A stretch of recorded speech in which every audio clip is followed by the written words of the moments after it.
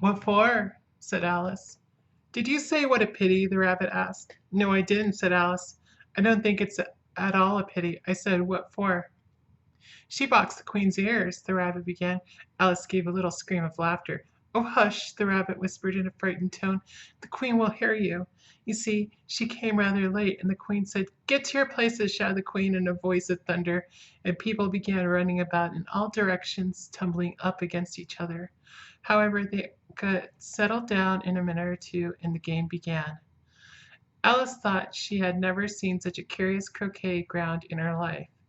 It was all ridges and furrows, the balls were live hedgehogs, the mallets live flamingoes, and the soldiers had to double themselves up and to stand on their hands and feet to make the arches. The chief difficulty Alice found at first was in managing her flamingo. She succeeded in getting its body tucked away comfortably enough under her arm, with its legs hanging down, but generally, just as she had got its neck nicely straightened out and was going to give the hedgehog a blow with its head, it would twist itself round and look up in her face with such a puzzled expression that she could not help bursting out laughing.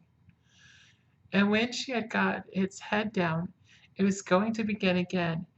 It was very provoking to find that the hedgehog had unrolled itself and was in the act of crawling away. Besides all this, there was generally a ridge of furrow in the way wherever she wanted to send the hedgehog to, and as the doubled up soldiers were always getting up and walking off to other parts of the ground, Alice soon came to the conclusion that it was a very difficult game indeed. The players all played at once, without waiting for turns, quarreling all the while, and fighting for the hedgehogs, and in a very short time the Queen was in a furious passion, and went stamping about and shouting, "Off with his head," or "Off with her head," about once in a minute. Alice began to feel very uneasy. To be sure, she had not as yet had any dispute with the Queen, but she knew that it might happen any minute. And then, thought she, what would become of me? They're dreadfully fond of beheading people here. The great wonder is that there's any one left alive.